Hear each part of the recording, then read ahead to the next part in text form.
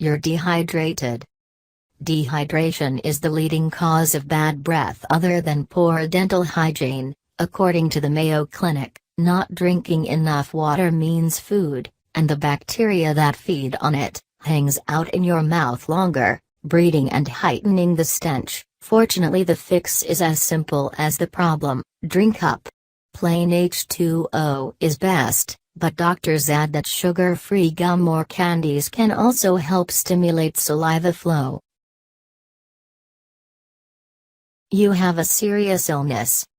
Bad breath may smell equally stinky to our untrained noses, but according to researchers at the University of Colorado in Boulder, not all bad breath is created equally, and the presence of certain ahem gases in your mouth can indicate disease. For instance, excess methylamine may signal liver and kidney disease, ammonia may be a sign of renal failure, elevated acetone levels can indicate diabetes, and nitric oxide levels can be used to diagnose asthma. According to the scientists, a separate study found that a certain mix of bad breath gases can even indicate malignant throat cancer. You can't tell just from a sniff test, but if you have chronic bad breath, it might be worth getting a more sensitive test done in your doctor's office.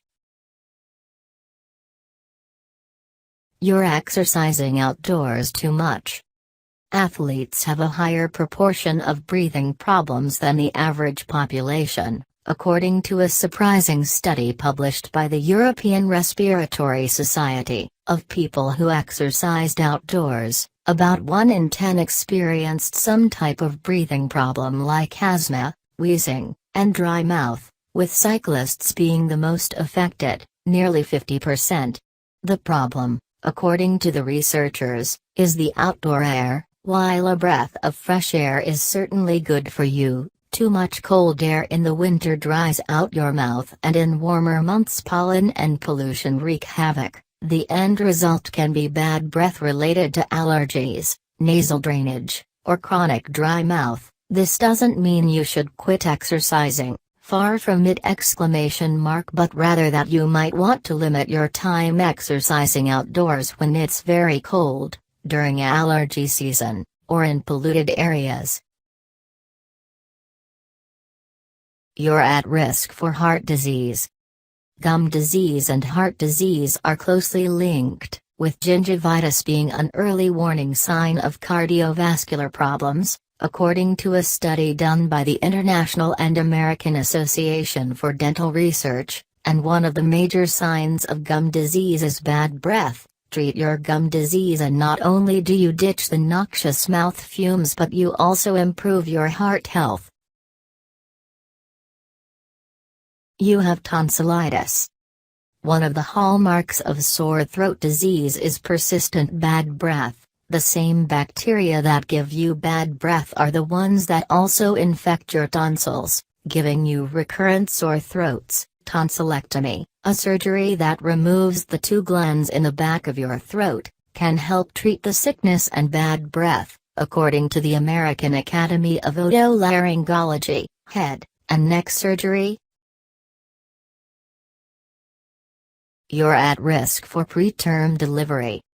Pregnant women need to pay particular attention to bad breath, according to the American Academy of Periodontology. Women with gum disease, often signified by halitosis, are more likely to have premature or low birth weight babies. This is why it's so important to stay on top of your dental hygiene and checkups when you're expecting, the group says. You have a stomach ulcer.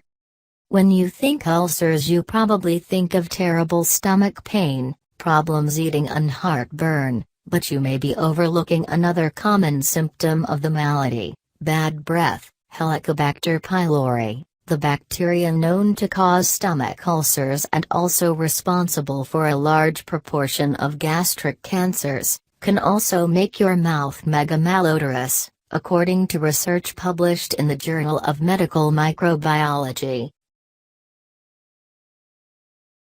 You're overweight.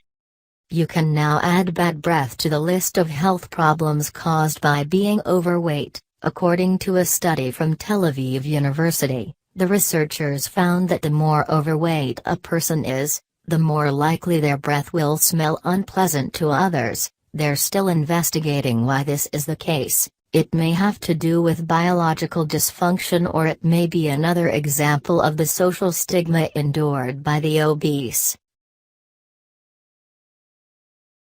You need to eat more yogurt.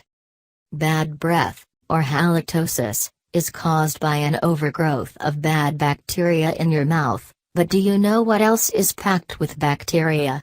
Yogurt. The humble dairy snack is a microbial superhero that can help fight off the stinky germs in your mouth and replace them with breath-friendly bugs. Eating yogurt daily for 8 weeks reduced the amount of hydrogen sulfide and other stinky bacteria by 80%, according to a study published by the International and American Association for Dental Research. You need to pop fewer mints.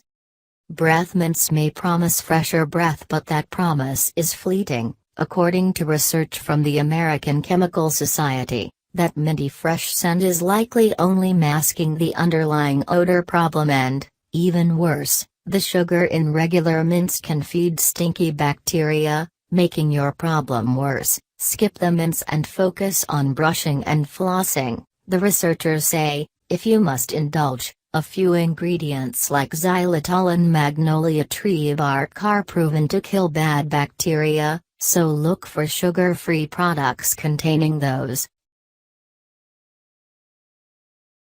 Urinating on the mouthwash.